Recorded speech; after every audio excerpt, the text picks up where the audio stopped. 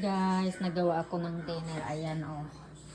Lettuce, giniling na pork, patatas, sweet potato, sweet sili.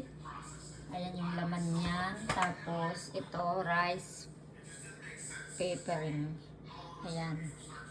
Binalot ko siya niyan. Parang ano siya. Parang lumpiang sariwa. Masarap yan siya.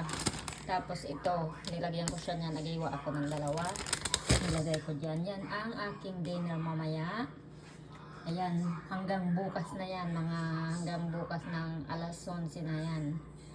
Kasi bukas ng maaga magji-gym ako eh. Magkakape lang ako bukas. Alas 9 magji-gym na ako kasi pupunta kami ng church bukas. So, ayan yung ginawa ko ngayon. Kaysa bibili ka, hindi mo alam kung anong mga ingredient nilagay dyan. So, ako na lang gumawa niyan.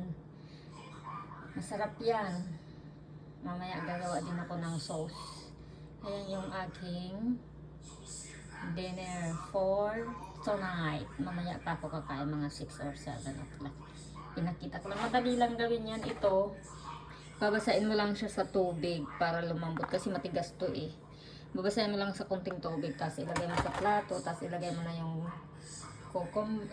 yung lettuce sa ibabaw, tapos lagay mo na yung sa top din yung pork na giniling, tapos ilagay mo na yung sili, tapos balutin mo na siya. Ayan, 4 pieces lang yan. Tsaka hindi masyadong makalories yan, gulay lang yan, saka giniling na baboy. Ayan lang ang aking dinner. Bye! Apit namin na naman ako mamaya.